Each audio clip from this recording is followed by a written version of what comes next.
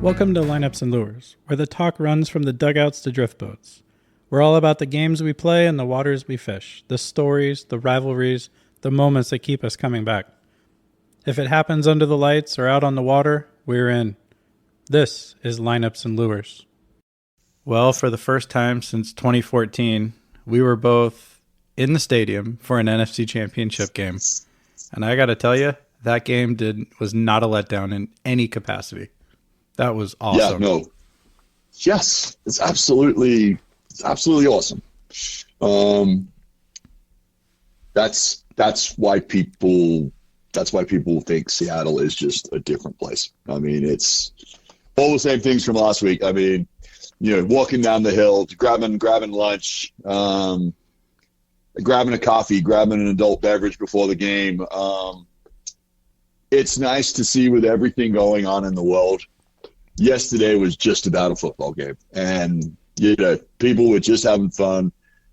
There were a number of Rams fans in the stadium, and I saw all of them having a good time as well. And other than some friendly banter, nothing untowards. It was just a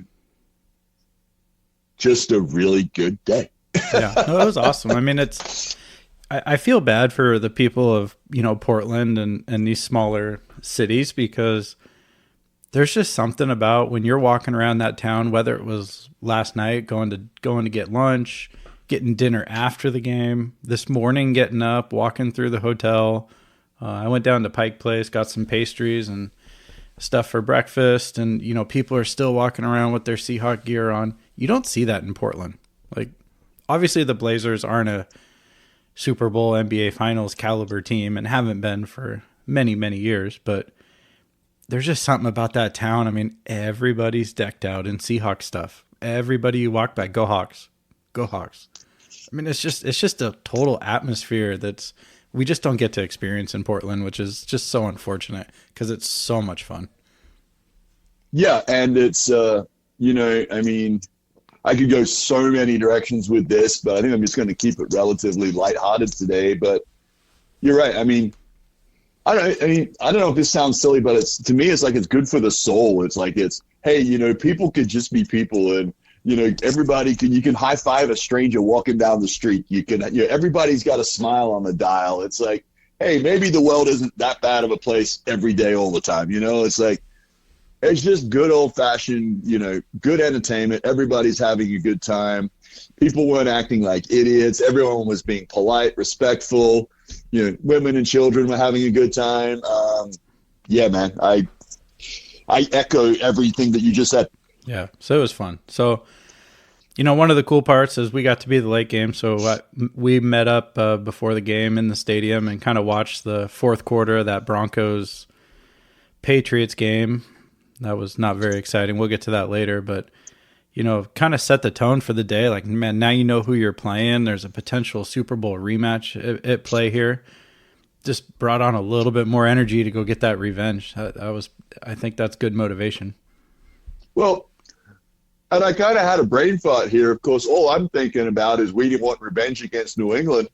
And I forgot that maybe Denver wants a little revenge against us. I just completely spaced that until about halftime of the football game. I'm like, wait a second.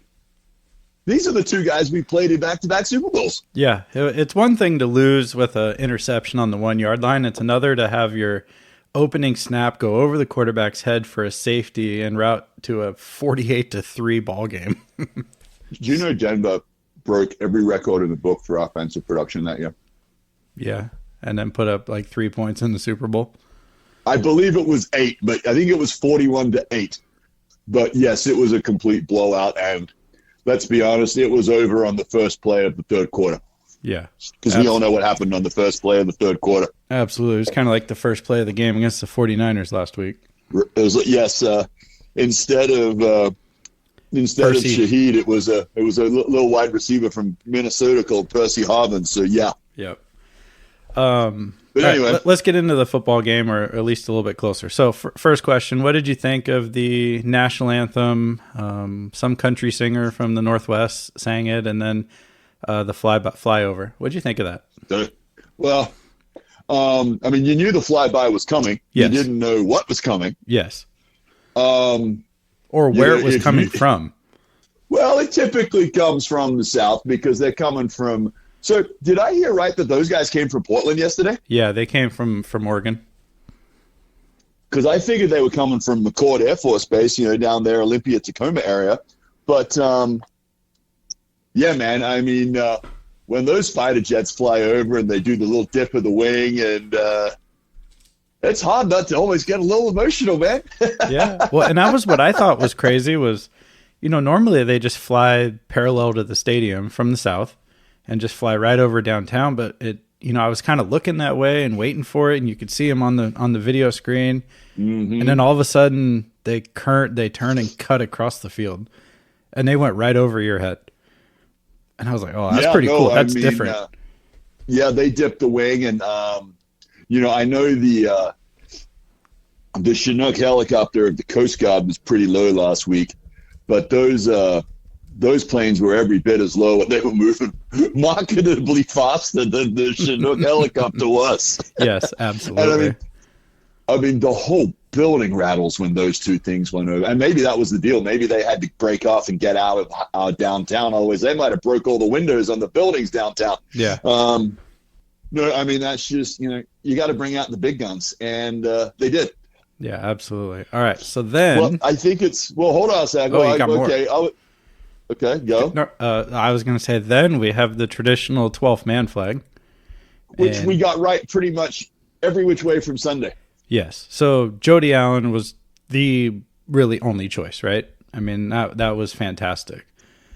And she did a great job, got the place pumped, but there were some special guests up there as well, which I thought was a great tie-in to the history of the Seahawks. There were. Do you remember who they were? Well, I don't have all their names off the top of my head, but I know Matt Hasselbeck was up there. Well, there was three of them up there. So we got my quarterback up there, Matt Hasselbeck. Yep. Cliff Averill. Yep. And Michael Bennett. That's a pretty good group. I mean, when you think back to those Super Bowl teams of 2013, 2014, I mean, those were, well, and then obviously Hasselbeck's year, but I mean, those were big time names on those teams. Well, and let's not forget that Richard Sherman did his pump up thing before they raised the 12th man flag, right between the national anthem and the 12th man, where he came out with the Michael Crabtree weak ass receiver deal. Yep. Got to bring that one back. And then proceeded to move into the LOB to MOB. And, as much as I'm somewhat torn on Richard Sherman at times, he certainly got the crowd going, and everybody in the building knows who he is. Yeah, no, that was fun. I mean, that place was hyped. I mean, I think everyone was talking about the decibel level of, what was it, like 114 was the record or something.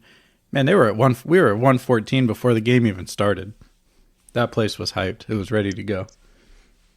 Yeah, and I watched a little bit of the Fox broadcast this morning on TV. I watched the replay a little bit. I only got bits and pieces, but I did want to pay attention to the pregame.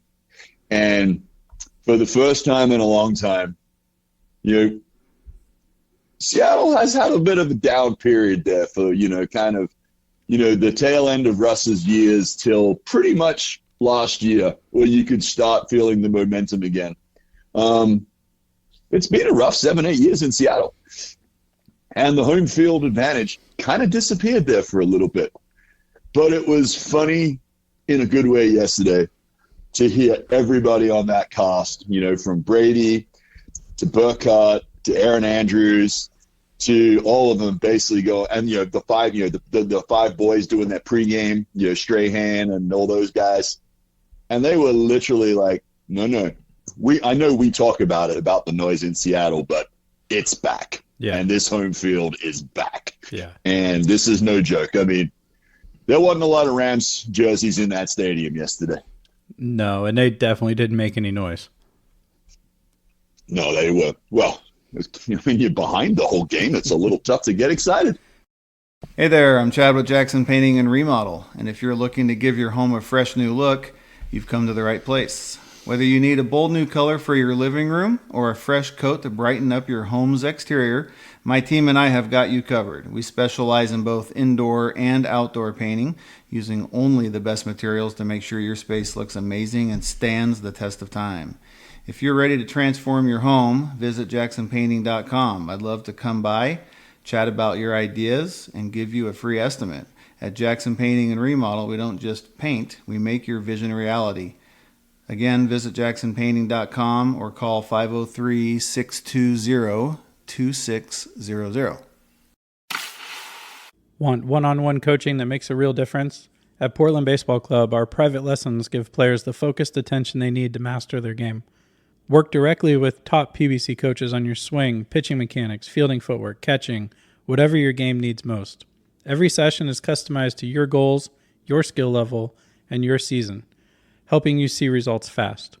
Train smarter, not just harder, and take your performance to the next level. Book your private lessons today at portlandbaseballclub.com.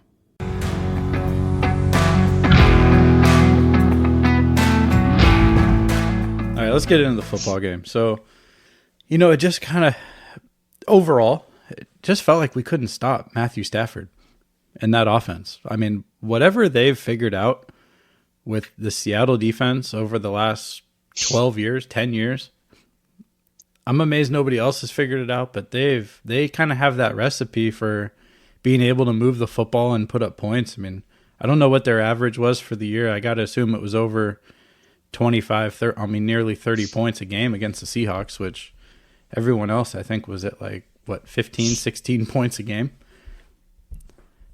Well, let's just call the spade here. I mean, that is the best offense in the NFL. There's a reason why. It starts with number 9. I think Sean McVay may be the second best offensive mind currently in the NFL. There's another guy about 600 miles north of him that may well be the number 3 offensive mind in football. So we get to deal with the best of the best in our division every year, because neither one of those guys are looking for a job anytime soon. No. So between McVay and Shanahan, amazing offensive minds. And then you've got to remember, when you put an offensive mind together with an MVP quarterback, arguably the best wide receiver tandem in the NFL, solid veteran play at tight end, solid offensive line, a running game, and a defense that is no slouch either, that can control the other side of the ball. Well, that's why they're in the NFC Championship game, my friend. Right, and that's why everybody's trying to take their coordinators. So, I mean, Matthew Stafford got off to a slow start. I think he started 3 of 18 and then proceeds to just reel off 320 yards, Okay. Well, and it's just the passes are perfect. There's a small hole, a small pocket to throw it into, and he nails it every time. And it doesn't matter who it was. He hit him in stride, in the right spot. I mean, that's exactly what, at the end of the year, when you're playing your best football, that's what it looks like.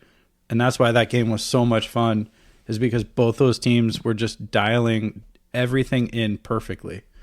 And it made for a good game. I don't mean to kind of beat a dead horse here, but the Detroit Lions had him for a decade, and they couldn't put a football team around him. I mean, they had the guy. He's odds-on favorite to be the league MVP.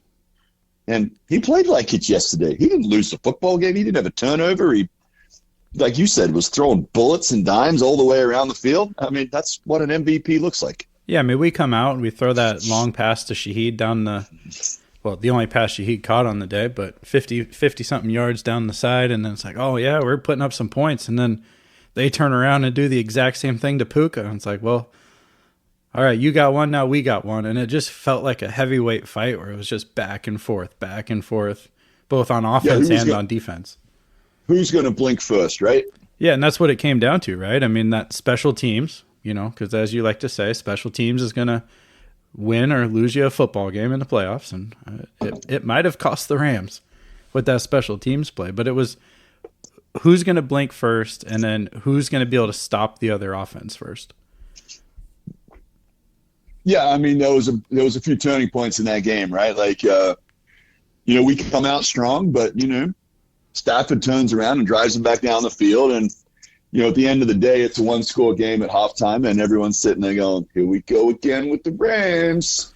They started slow and were starting to pick up. We had a couple of, not necessarily 3-and-outs, but, short drives, didn't score, and we're like, yeah. Yep. And, we get the ball after half, and we're thinking, all right, maybe Shaheed takes one to the house. I mean, they weren't kicking to him. They kicked that thing, back of the end zone all day long. So, and then we have those back-to-back, a penalty and then a sack, and it was like 3rd and 27. Yeah. So we run the screenplay and get out 2 yards or whatever. And I remember I was talking to my buddy in the stands, and I'm like, we got the best punter in the NFL. It's okay to punt. Like, we're not going to lose the game because we punt a couple of times. He's going to go and put this thing inside the 20, and they're going to have to go 80 yards. And what happens? We get the turnover. So kind of just going through that game, are we ready to talk about my favorite player yet, or is there other things we want to get to before I talk about my favorite player? Not yet. I want to say one more thing. And yeah, go for it. As you're engulfed in the game and you're watching, do you realize that neither team scored in the fourth quarter? Really? Really. It was 31-27 at the end of 3. Neither team scored a point in the fourth quarter.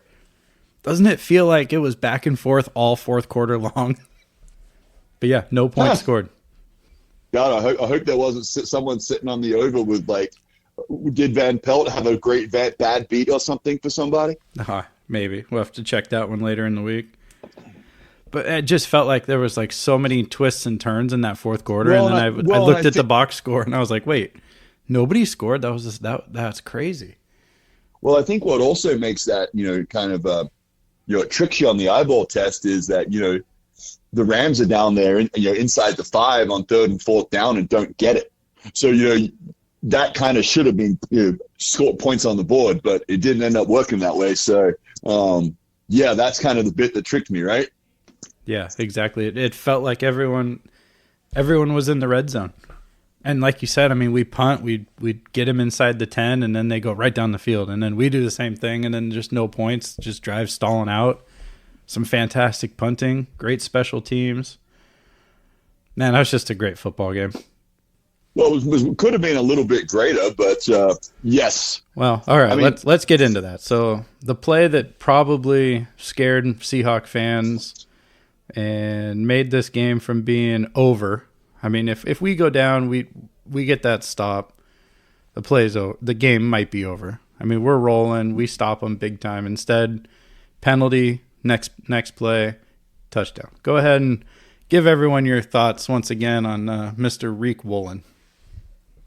Number one, he wears my number, and that's just not allowed. You are not allowed to disgrace that jersey number. So that's my first problem with the guy. All right, 27's a magical number, and he's got no business wearing it. So this is much deeper than just his play on the field. Oh, this is on a deeply personal level. No, I'm just kidding. Yeah, not really though. There were 4 series of events that happened here. 2 plays before the penalty, there was a ball that he should have picked. Yes. And he doesn't.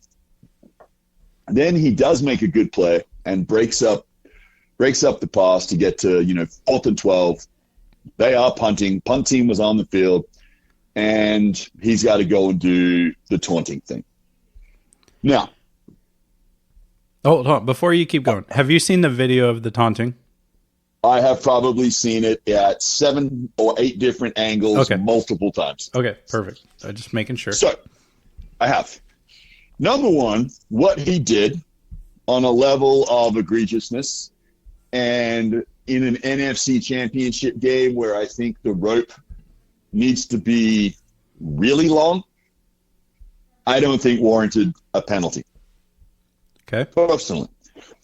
After you see what they let go earlier on the game, on the first play of the game, one of the Rams linemen that came down on kickoff coverage goes and headbutts one of our guys. That's normally a 15-yard penalty automatically. You headbutt a dude, you get 15 yards. They didn't call it. Conversely, and we're kind of fast forwarding and then coming back, but in the play after Stafford goes and hits the tutty over Reek, and on the very next drive, Donald gets sacked and 360 body slammed into the ground, which is 10 times out of 10 a penalty. Yes.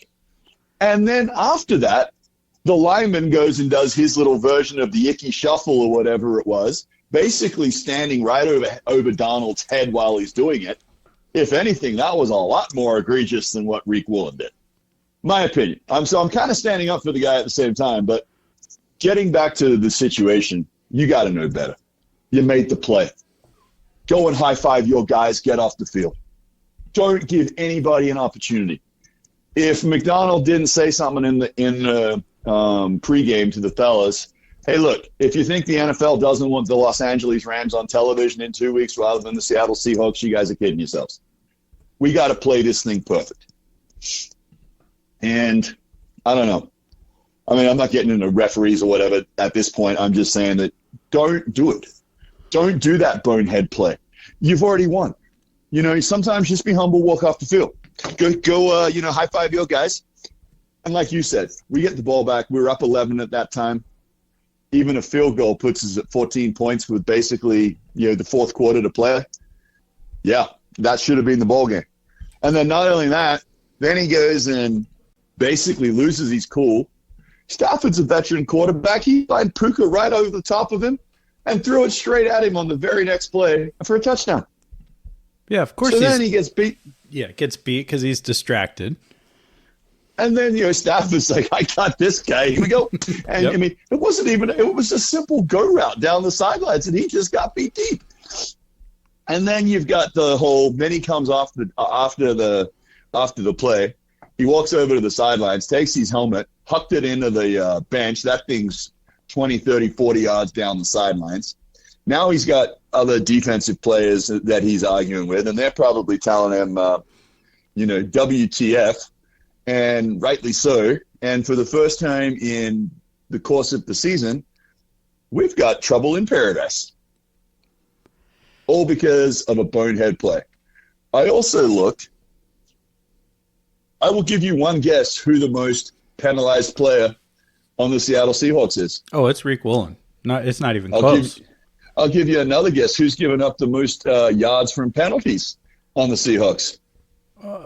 Okay, but that's different because you're talking about pass interference plays 90% of the time versus a lineman is getting hit 5 yards for offsides or 10 yards for a holding. You're giving up 40-yard pass interference plays.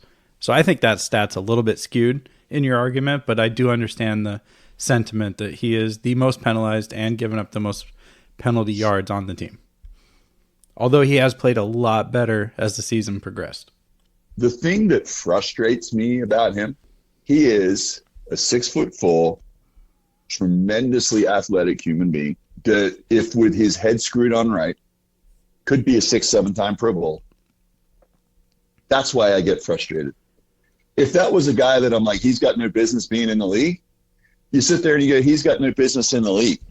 He's got every business being in the league. And if he just shut up and play, he might be a Pro Bowl of 5. He might be a Hall of Famer. He's got that kind of ability.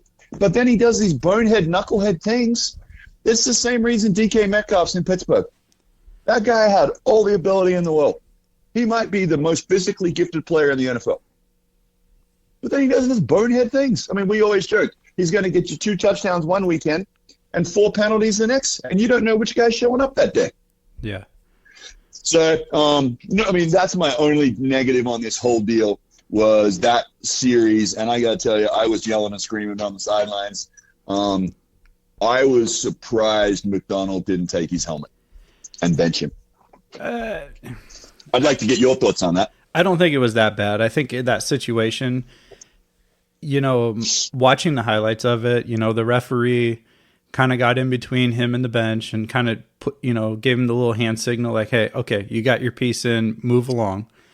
And he was kind of moving back toward the Seahawks side, and then he doubled back and went right back over to the coaching staff, and that's when he got the flag.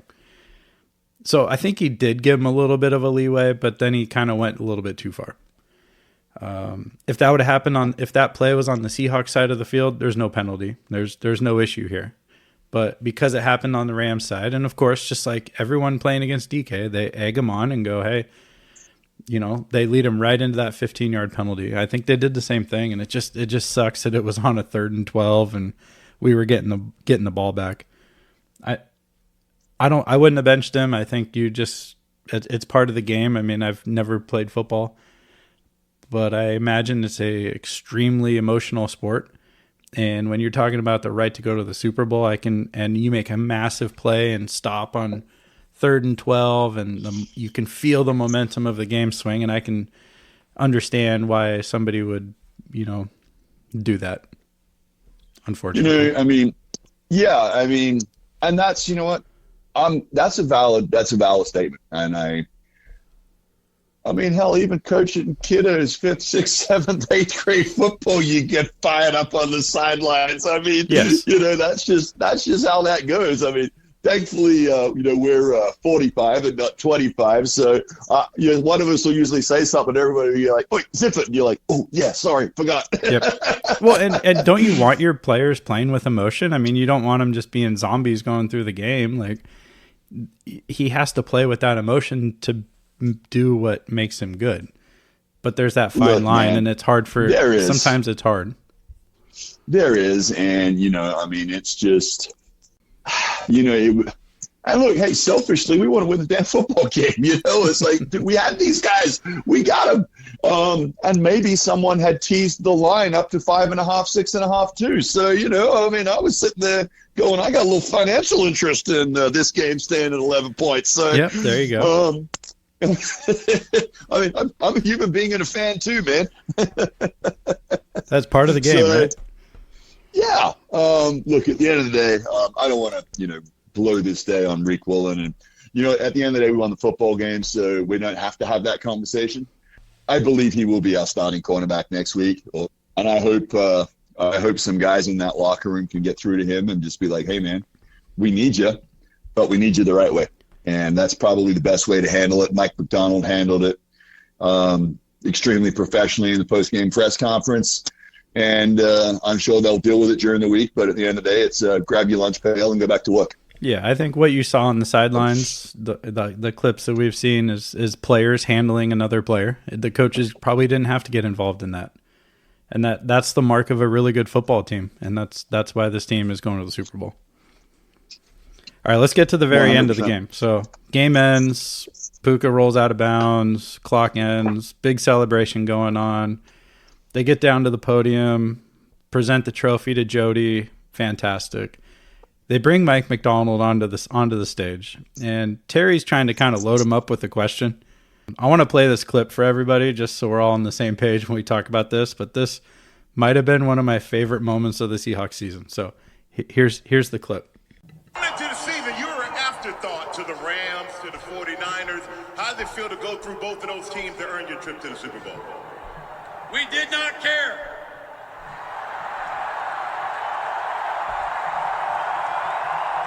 It's about us. It's always been about us and what we do. And now we're going to the Super Bowl.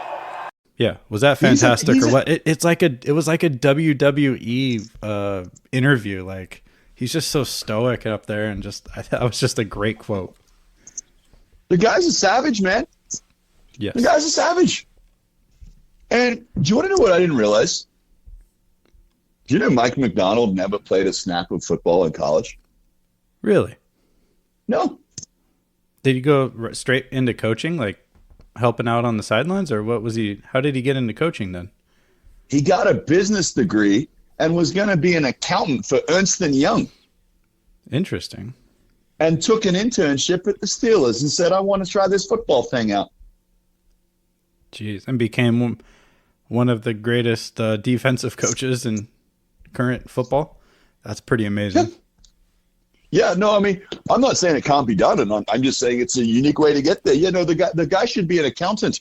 Yeah. Well, it just shows that you see it a lot in Major League Baseball, especially is, the guys that didn't play the game are transforming the game with analytics and, data, biomechanics, all these pitching and hitting labs that pop up. I mean, it changes the game for the good and for the bad. So that's pretty interesting. I didn't know he didn't play or coach at all. That's crazy. Yeah, I mean, if nothing else, right, it brings a fresh look at something, right? I mean, how many times, over the years, if you and I looked at, we've been coaching or we've been talking about a drill or about hitting or about whatever, and it's like, well, that's just the way it's always been done. Yes. I know. That's the way it's done. And you're sitting there and you go, well, maybe we should try to change that. Or is it just because it's the way it's always been done? That doesn't mean there isn't a better way. And I think that's kind of some of the things you're seeing with, guys like McVay on offense, guys like Mike McDonald on defense. I mean, they're, to a lesser extent, look at what Chip Kelly did with the University of Oregon's offense, 15, 20 years ago. I mean, it's the first guy through the wall normally catches a little heat, but it doesn't make him wrong.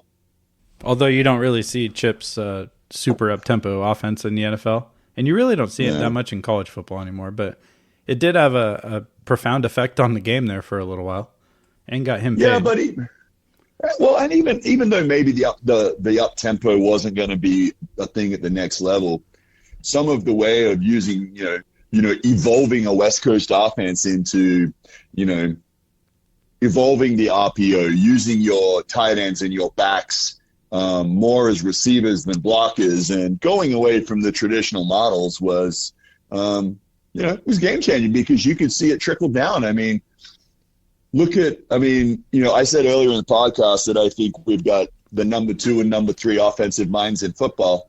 Well, the number 1 offensive mind is in Kansas City. And you see some of the things that Patty Mahomes and him have drawn up over the last 5-10 years. I mean, the little shovel passes, the little give and goes, the no-look play. I mean, these are all things that, they're sitting around in the coach's office goofing off on the whiteboard going, let's give this a shot in practice. So, I mean, that's the kind of stuff I'm talking about. But anyway. No, but, man, that was fun. The NFC Championship in Seattle, I'm not sure there's a better atmosphere in professional sports than that right there. So I'm really hoping that we don't have to wait another 10, 11 years for that to happen again. I feel like this team could be on a run for a little while. And, we got a week and a half leading up to the Super Bowl. So we can preview that a whole bunch coming up, but man, that was a fun day in Seattle. We are 4 for 4, my friend. Yes, we are. Thanks for listening to Lineups and Lures. If you enjoyed the show, don't forget to rate, like, and share the podcast. It helps us reach more fans, more anglers, and more stories worth telling. We'll see you next time, whether it's out on the field or out on the water.